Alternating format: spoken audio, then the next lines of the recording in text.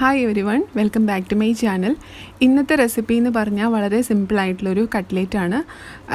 നിങ്ങൾ യൂട്യൂബിൽ സെർച്ച് ചെയ്ത് കഴിഞ്ഞാൽ ഒരുപാട് തരം കട്ട്ലേറ്റുകൾ കാണാൻ പറ്റും, കട്ട്ലേറ്റ് റെസിപ്പീസ് കാണാൻ പറ്റും. അതും പല പല എന്താ പറയുക, ഫുഡ് ഐറ്റംസ് കൊണ്ട്, ചിക്കൻ കൊണ്ടും പിന്നെ അതുപോലെ പൊട്ടറ്റോ കൊണ്ടും വാഴക്കൂമ്പ് കൊണ്ടും പലതരം കട്ട്ലേറ്റ് കാണാൻ പറ്റും. അപ്പോൾ ഇന്ന് ഞാൻ ഒരു വെറൈറ്റി ആയിക്കോട്ടെ എന്ന് കരുതി ഇന്ന് ഞാൻ എടുത്തിരിക്കുന്നത് നമ്മുടെ മധുരക്കിഴങ്ങെന്ന് പറയും, അതായത് സ്വീറ്റ് പൊട്ടറ്റോ ആണ് എടുത്തിരിക്കുന്നത്. അപ്പോൾ സ്വീറ്റ് പൊട്ടറ്റോ കൊണ്ട് വളരെ എളുപ്പത്തിൽ വളരെ സിമ്പിളായിട്ട് എങ്ങനെ നമുക്കൊരു കട്ട്ലേറ്റ് ഉണ്ടാക്കി എടുക്കാമെന്ന് കാണിക്കാൻ പോവാണ്. അപ്പോൾ സ്വീറ്റ് പൊട്ടറ്റോ മാത്രമല്ല ഉപയോഗിച്ചിരിക്കുന്നത്, ബ്രെഡും കൂടെ ഉപയോഗിച്ചിട്ടുണ്ട്. അപ്പോൾ ബ്രെഡ് പ്ലസ് സ്വീറ്റ് പൊട്ടറ്റോ ആണ് ഉപയോഗിച്ചിരിക്കുന്നത്. ഇതുപോലെ ഒരു 5-6 സ്ലൈസ് ബ്രെഡ് ഞാൻ എടുത്തിട്ടുണ്ട്. പിന്നെ പൊട്ടറ്റോ ഞാൻ പുഴുങ്ങി എടുത്തിട്ടുണ്ട്. ഇതാണ് നമ്മൾ അറിയാലോ, ഇത് വെളുത്ത കളറിലും കിട്ടാറുണ്ട്, ഒരു തരം ഓറഞ്ച്, ലൈറ്റ് ഓറഞ്ച് ആയിട്ടുള്ളൊരു കളറും കിട്ടാറുണ്ട്. ഞാനിവിടെ എടുത്തിരിക്കുന്നത് വെളുത്ത കളറിലെ സ്വീറ്റ് പൊട്ടറ്റോ ആണ്. അപ്പം അത് ഞാൻ പുഴുങ്ങി എടുത്ത് വെച്ചിട്ടുണ്ട്, ഒരു 3 എണ്ണം. പിന്നെ അല്പം മല്ലിയില, പിന്നെ ഉള്ളി അരിഞ്ഞത്, സബോള അരിഞ്ഞത്.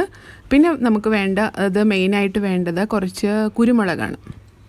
വേറെ മസാലപ്പൊടികളൊന്നും നമ്മൾ ചേർക്കുന്നില്ല. കുറച്ച് എന്താ പറയുക, ചില്ലി ഫ്ലേക്സും കൂടി ഇട്ട് കൊടുക്കുന്നുണ്ട്. പിന്നെ ഇഞ്ചി പച്ചമുളകൊന്നും ഇതിൽ ചേർക്കുന്നില്ല, കാരണം ഇത് നമ്മൾ പിന്നെ വഴറ്റുന്നൊന്നുമില്ല.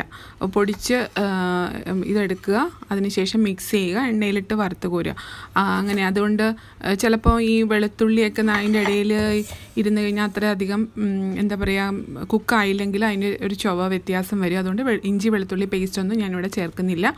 സിമ്പിളായിട്ടുള്ളൊരു ഇതാണ് ഉണ്ടാക്കുന്നത്. അപ്പോൾ ആദ്യം തന്നെ നമുക്ക് ബ്രെഡ് ഒന്ന് പൊടിച്ചെടുക്കണം. അപ്പം നമ്മുടെ മിക്സിയുടെ ജാറിലിട്ട് ഒരു ഫസ്റ്റിൽ ഒരു സെക്കൻഡ് അടിച്ചെടുത്ത് കഴിയുമ്പോൾ തന്നെ അത് നല്ല ബ്രെഡ് ക്രംസ് നമുക്ക് കിട്ടും. പിന്നീട് ആ ബ്രെഡ് ക്രംസിലേക്കാണ് നമ്മൾ ഈ പുഴുങ്ങി വെച്ചിരിക്കുന്ന മധുര കിഴങ്ങ് പൊടിച്ച് കൊടുക്കേണ്ടത്. അപ്പം നമുക്ക് ഉണ്ടാക്കാൻ തുടങ്ങാം.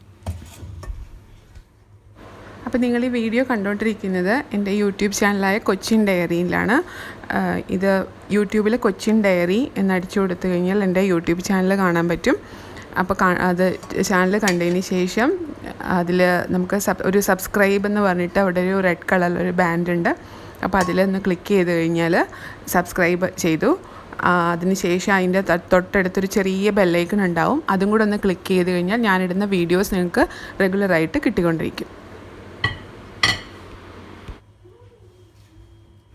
ഞാൻ പറഞ്ഞല്ലോ, നമ്മൾ കുരുമുളകാണ് ഉപയോഗിക്കുന്നതെന്ന്.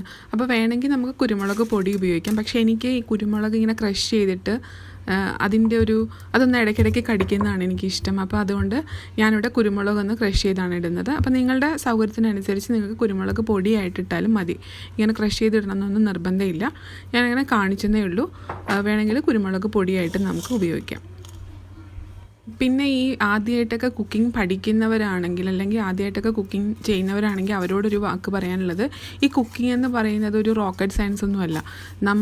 ഞാനും ഒരു കാലത്ത് അങ്ങനെ വിചാരിച്ചിരുന്നു. കാരണം എനിക്ക് കുക്കിംഗ് വളരെ വലുതായിട്ടൊന്നും എനിക്ക് ഒട്ടും അറിയത്തില്ലായിരുന്നു. കല്യാണത്തിന് ശേഷമാണ് കുക്കിംഗ് എന്താണെന്ന് തന്നെ ഞാൻ അറിയണത് തന്നെ. കാരണം അതുവരെ പഠിത്തം, പിന്നെ അമ്മയാണ് മെയിനായിട്ട് ചെയ്തുകൊണ്ടിരുന്നത്. അമ്മയുടെ കൈകൊണ്ട് കഴിക്കാനുള്ള നമുക്കും ഇഷ്ടം. അപ്പോൾ അങ്ങനെയായിരുന്നു. അതുകൊണ്ട് അതൊക്കെ കല്യാണത്തിന് ശേഷം, കല്യാണം കഴിഞ്ഞിട്ട് ഞങ്ങൾ ഒറ്റയ്ക്ക് താമസിക്കാൻ തുടങ്ങുമ്പോഴൊക്കെയാണ് കൂടുതലായിട്ടും കുക്കിങ്ങിനെ കുറിച്ച് അറിയുന്നത്. അപ്പോൾ അതുകൊണ്ട് നമ്മുടെ പരീക്ഷണങ്ങൾ എത്രത്തോളം നമ്മൾ നടത്താൻ പറ്റുമോ അത്രത്തോളം നമ്മൾ നടത്തുക. അതിൽ ഞാൻ പറഞ്ഞല്ലോ, ചിലത് വൻ പരാജയങ്ങളായിരിക്കും, തളരരുത്. ചിലത് വൻ വിജയങ്ങളാവും. അപ്പോൾ അതുകൊണ്ട് ഓരോരോ പരീക്ഷണങ്ങളും ചെയ്തുകൊണ്ടേ ഇരിക്കുക. പിന്നെ കഴിയുന്നതും ഇതുപോലെ നമ്മൾ മറ്റുള്ളവരുടെ അടുക്കൽ നിന്ന് ടിപ്സ് വാങ്ങിക്കാൻ ശ്രമിക്കുക. അയ്യോ അതെന്താ നല്ല ടേസ്റ്റ് ആണല്ലോ, അപ്പോൾ അതിനെന്താ ചേർത്ത്, അതെങ്ങനെ ചെയ്യണം, ഇതിങ്ങനെ ചെയ്യണം, അങ്ങനെ നമുക്ക് കുറേ ടിപ്സ് കിട്ടുമ്പോൾ നമ്മൾ തന്നെ പിന്നെ നമ്മുടേതായിട്ടുള്ള ടിപ്സുകൾ നമുക്ക് തന്നെ ഉണ്ടാക്കാൻ പറ്റും. അപ്പോൾ അതുകൊണ്ട് ഇതൊരു റോക്കറ്റ് സയൻസ് ഒന്നുമല്ല, നമ്മളുടെ പരീക്ഷണങ്ങൾ നമ്മൾ ചെയ്തുകൊണ്ടേ ഇരിക്കുക. ഓക്കെ. വർത്തമാനം പറഞ്ഞുകൊണ്ടിരിക്കുന്നതിനിടയിൽ ഞാൻ ഇതിൽ ചേർക്കേണ്ട എല്ലാ ഇൻഗ്രീഡിയൻസും ചേർത്തിട്ടുണ്ട്, കണ്ടു കാണുമെന്ന് കരുതുന്നു. പിന്നെ അത് കഴിഞ്ഞതിന് ശേഷം നന്നായിട്ടൊന്ന് മിക്സ് ചെയ്ത് കൊടുക്കുക, കൈ കൊണ്ട് തന്നെ മിക്സ് ചെയ്തിട്ട് ഇതെല്ലാം അതിനകത്തൊന്ന് പിടിക്കണമല്ലോ. അതുകൊണ്ട് നമ്മൾ ഈ ബ്രെഡും മധുരക്കിഴങ്ങും സബോള അരിഞ്ഞതും മല്ലി അരിഞ്ഞതും പിന്നെ കുരുമുളക് ക്രഷ് ചെയ്തതും അതുപോലെ ചില്ലി ഫ്ലേക്സും ഉപ്പും, ഇത്രയാണ് ഞാൻ ഇട്ടിരിക്കുന്നത്. ഇതെല്ലാം നന്നായിട്ടൊന്ന് മിക്സ് ചെയ്ത് കൊടുക്കുകയാണ്. ഇതിന് ശേഷം നമുക്കിത് എന്താ പറയുക കട്ട്ലറ്റിൻ്റെ ഷേപ്പിലേക്ക് ആക്കിയെടുക്കാം. അപ്പോൾ ഇപ്പം ഞാൻ ക്യാമറ എൻ്റെ ഒരു കയ്യിൽ പിടിച്ചുകൊണ്ടാണ് ഇതൊന്ന് ചെയ്ത് കാണിക്കാൻ നോക്കുന്നത്. അപ്പം നമുക്ക് നോക്കാം ഇത് എത്രത്തോളം വിജയിക്കുമെന്ന്, അതിൻ്റെ ഷേപ്പ് എനിക്ക് വരുത്താൻ പറ്റുമെന്ന്. ഒറ്റ കൈ കൊണ്ടുള്ള പരിപാടിയാണ്.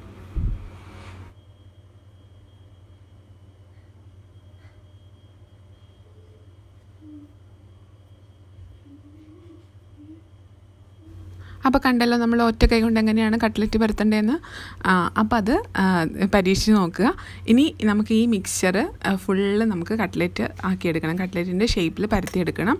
പിന്നെ വേറൊരു ഇതെന്ന് പറഞ്ഞു കഴിഞ്ഞാൽ നമുക്ക് ഇത്രയും ആക്കിയിട്ട് ഈ ഒരു സ്റ്റെപ്പിലാക്കി നമുക്ക് ഫ്രീസറിൽ വേണമെങ്കിൽ സൂക്ഷിക്കാം, അല്ലെങ്കിൽ ഫ്രിഡ്ജിൽ ഇപ്പോൾ പിറ്റേ ദിവസം എടുക്കാനാണെങ്കിൽ ഫ്രിഡ്ജിൽ സൂക്ഷിക്കാം. കുറച്ച് ദിവസങ്ങൾക്ക് ശേഷം എടുക്കാനാണെങ്കിൽ ഫ്രീസറിൽ എടുത്തിട്ട് നമുക്ക് ഉണ്ടാക്കാം. അതല്ലെങ്കിൽ ഇതുപോലെ ചെറിയ ചെറിയ കട്ട്ലറ്റ് പീസസ് ആക്കി എടുത്ത് കട്ട്ലറ്റിൻ്റെ ഷേപ്പിലാക്കി വെച്ചാലും ഒരു പാത്രത്തിലാക്കി ഡബ്ബയിലാക്കി അടച്ച് വെച്ച് കഴിഞ്ഞാൽ നമുക്ക് ഫ്രീസറിലാണെങ്കിലും ഫ്രിഡ്ജിലാണെങ്കിലും എടുത്ത് പിന്നെ ആ സമയമാകുമ്പോൾ എടുത്ത് വറുത്ത് എടുത്താൽ മതി. അപ്പോൾ അതൊക്കെയാണ് ഇങ്ങനത്തെ സംഭവങ്ങളൊക്കെ ലൊട്ടിലൊടുക്കുകളൊക്കെ ഉണ്ടാക്കി വയ്ക്കാൻ പറ്റുന്ന ഒരു ഐഡിയ. അപ്പോൾ ഇത് ഞാൻ 2 രീതിയിൽ ഉണ്ടാക്കി കാണിക്കുന്നുണ്ട്. ഒന്ന് മുട്ട ഉപയോഗിച്ചിട്ട് കട്ട്ലറ്റ് പോലെ പ്യുവർ കട്ട്ലറ്റ് പോലെ ബ്രെഡ് ക്രംസിൽ ഇട്ട് മുക്കി പൊരിച്ചെടുക്കുന്നത്. അതല്ലാതെ രണ്ടാമത് ടിക്കി എന്ന് പറയും. ടിക്കി എന്ന് പറഞ്ഞു കഴിഞ്ഞാൽ നമ്മൾ മുട്ടയൊന്നും ഉപയോഗിക്കില്ല, വെജിറ്റേറിയനായിട്ട് കംപ്ലീറ്റ് വെജിറ്റേറിയനായിട്ട് അത് ജസ്റ്റ് ഒന്ന് ഡീപ്പ് ഫ്രൈ അല്ല ഷാലോ ഫ്രൈയിൽ എടുക്കുന്നത്. അപ്പോൾ 2 രീതിയിൽ ഞാൻ കാണിച്ചു തരാം എങ്ങനെയാണെന്നുള്ളത്. അപ്പോൾ ഇപ്പം ഞാൻ ആദ്യത്തെ ഇത് പ്യുവർ നമ്മുടെ കട്ട്ലറ്റ് എങ്ങനെയാണ് ഉണ്ടാക്കുന്നത് അതുപോലെ തന്നെ, അതായത് ബ്രെഡ് ക്രംസ് പിന്നെ എഗ്ഗിൽ മുക്കി പിന്നെ ബ്രെഡ് ക്രംസിൽ മുക്കി പിന്നെ പൊരിച്ചെടുക്കുക, അതാണ്. അപ്പോൾ ഞാൻ അതിനു വേണ്ടി എൻ്റെ പാൻ അടുപ്പത്ത് വെച്ചിട്ടുണ്ട്.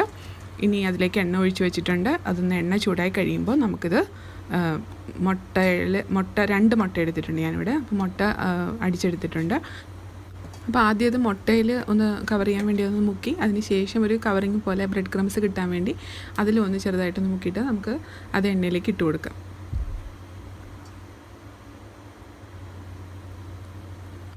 അപ്പോൾ എണ്ണ നന്നായിട്ട് ചൂടായിട്ടുണ്ട്. നമുക്കിതിലേക്ക് ഓരോന്നായിട്ട് ഇട്ട് കൊടുക്കാം.